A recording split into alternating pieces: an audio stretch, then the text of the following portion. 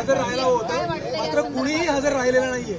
या संदर्भात तुमचं बैठक पार पडली. खरं म्हणजे अतिशय महत्वाच्या विषयावर आजची बैठक आयोजित केली होती. त्या बैठकीला सर्व पक्षीय नेत्यांना निमंत्रण दिलं होतं आणि त्या बैठकीला सर्वांनीच उपस्थित राहण्याचं मान्य केलं होतं.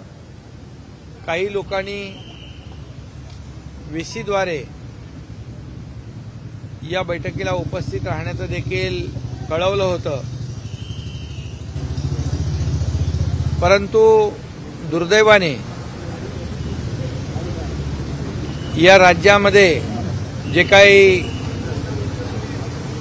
ओबीसी आणि मराठा समाजामध्ये जे काही वातावरण निर्माण झालेलं आहे, महाराष्ट्र असाच पेटता राहावा, जातीय तेढ निर्माण होत राहावी, अशा प्रकारचं महाविकास आघाडीचं धोरण, त्यांची भूमिका आजच्या या त्यांच्या अनुपस्थितीमुळे स्पष्ट झालेली आहे.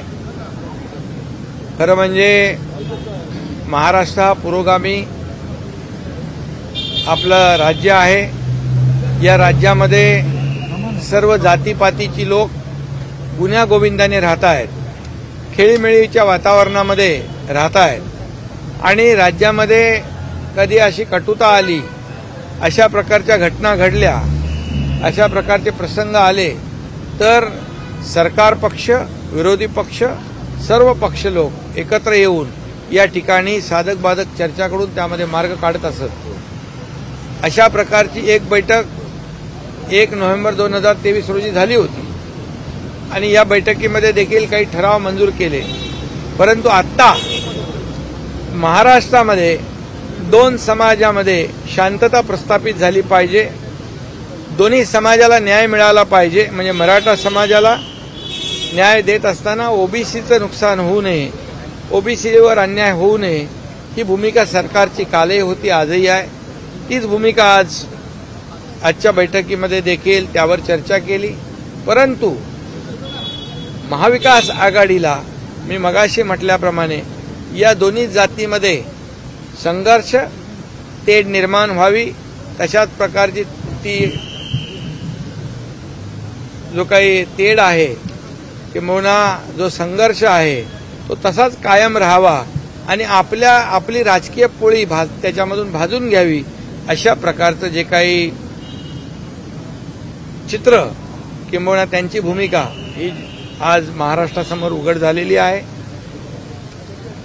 आणि म्हणून आंदोलनकर्त्यांनी देखील या बाबीचा निश्चित विचार करावा की मराठा आणि ओबीसी या समाजाबद्दल किती प्रेम आहे या लोकांना, याचा देखील विचार करावा. आणि खऱ्या अर्थाने सरकारची भूमिका स्पष्ट आहे, सरकारचं धोरण स्पष्ट आहे. मराठा समाजाला देखील आम्ही आरक्षण दिलं 10%, कायद्याच्या चौकटीत बसून सुप्रीम कोर्टाच्या डायरेक्टिव्ह, सुप्रीम कोर्टाने जी ऑब्झर्वेशन मांडली, सुप्रीम कोर्टाने ज्या त्रुटी दूर मांडल्या, त्या त्रुटी आम्ही मागासवर्ग आयोग स्थापन करून, गठीत करून ते आरक्षण आम्ही दिलं. तेही आरक्षण रद्द व्हावं यासाठी मार्च पासून जे कोणी पिटिशन दाखल ज्यांनी केलेलं आहे त्याचाही चेहरा उघड होईल, तेही कोणाचे लोक आहेत तेही स्पष्ट होईल. म्हणजे तुम्ही कधी आरक्षण दिलं नाही, तुमच्या हातात होतं मराठा समाजाला न्याय देण्याचं, तेव्हा तुम्ही त्याला वंचित ठेवलं. तुम्ही स्वतःची राजकीय पोळी भाजली, मराठा समाजाच्या जीवावर नेते झाले, सरकार आलं, सगळं आलं, सत्ता मिळवली, परंतु मराठा समाजाला वंचित ठेवण्याचं काम केलं. आणि आम्ही मराठा समाजाला न्याय दिला, 10% आरक्षण दिलं, ते रद्द व्हावं म्हणून देखील प्रयत्न जे लोक करतात हे देखील निंदनीय आहे. आणि म्हणून या ठिकाणी ओबीसी आणि मराठा समाज या दोन्ही समाजावर अन्याय होऊ नये ही भूमिका सरकारची आहे. निवडणुका तर येतात जातात, परंतु या राज्यामध्ये सर्व समाज गुण्यागोविंदाने राहिले पाहिजे ही भूमिका आमची आहे आणि ती भूमिका आम्ही अनेक वेळा स्पष्ट केलेली आहे. त्यामुळे जे आंदोलन मनोज जरांगे यांचं होतं त्या बाबतीमध्ये देखील शंभूराज देसाई यांनी मला वाटतं आणि चंद्रकांत दादांनी स्पष्ट केलं असेल की जे हैदराबादचं जे आहे तिकडे आमची टीम गेलेली आहे. त्या बाबतीमध्ये देखील काम सुरू आहे. कुणबी प्रमाणपत्र जे आहे हे जुन्या नोंदीप्रमाणे जस्टिस शिंदे कमिटी गठीत करून तेही आम्ही देण्याचं काम केलेलं आहे. कधीच मिळत नव्हतं.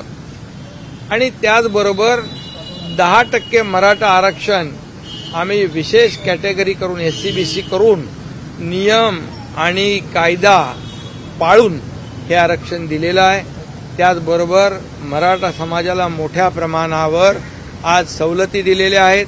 5,000 अधिसंख्य पदावर ज्यांचं सिलेक्शन झालं नव्हतं, ज्यांना अपॉइंटमेंट मिळाली नव्हती, त्यांना देखील आमच्या सरकारने नियुक्त्या दिलेल्या आहेत.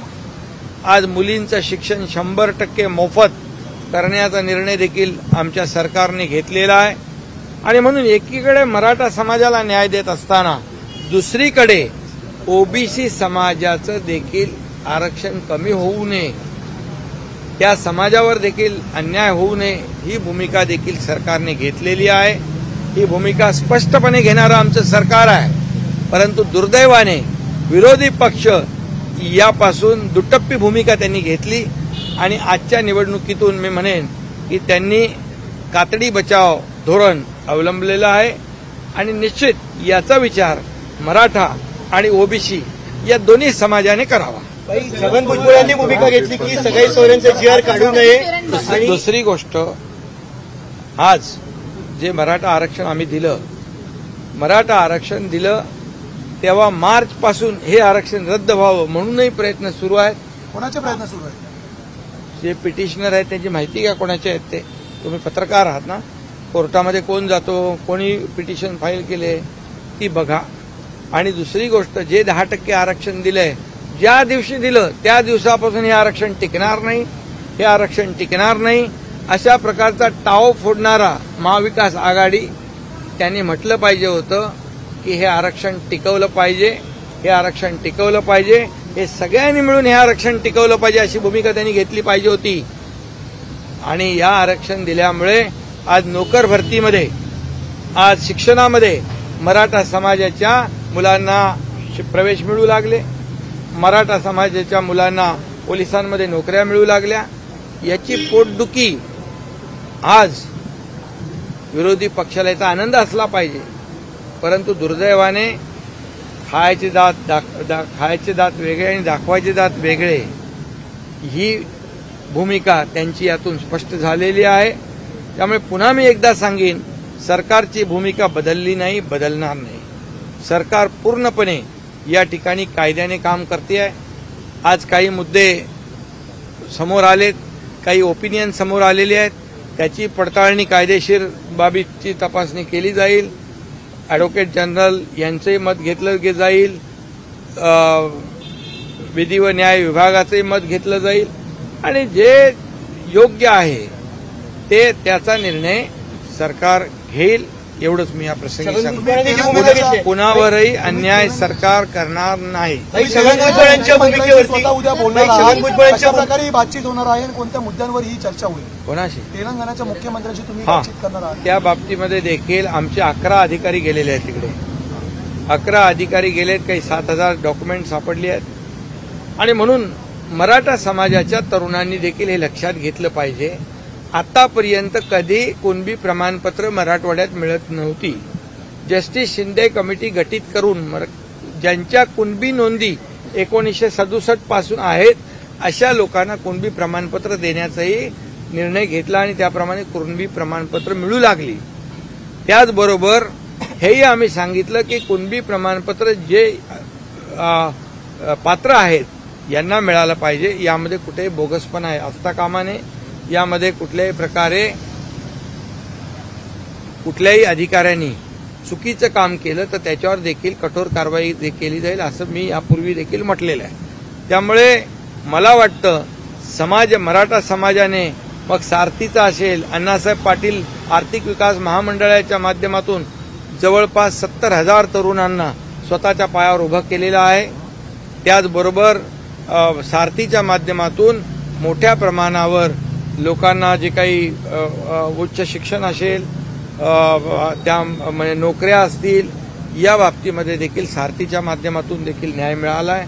नवीन नवीन जॉब ओरिएंटेड कोर्सेस आपण सुरू केलेले आहेत, त्याच्यामध्ये आणखी भर घातलेली आहे.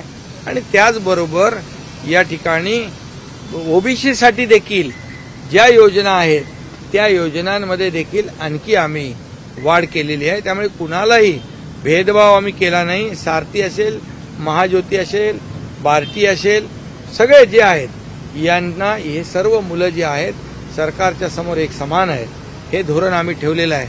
परंतु विरोधी पक्षाचं धोरण आज समोर आलंय, दुटप्पीपणाचं, ढोंगीपणाचं, फक्त राजकीय पोळी भाजण्याचं.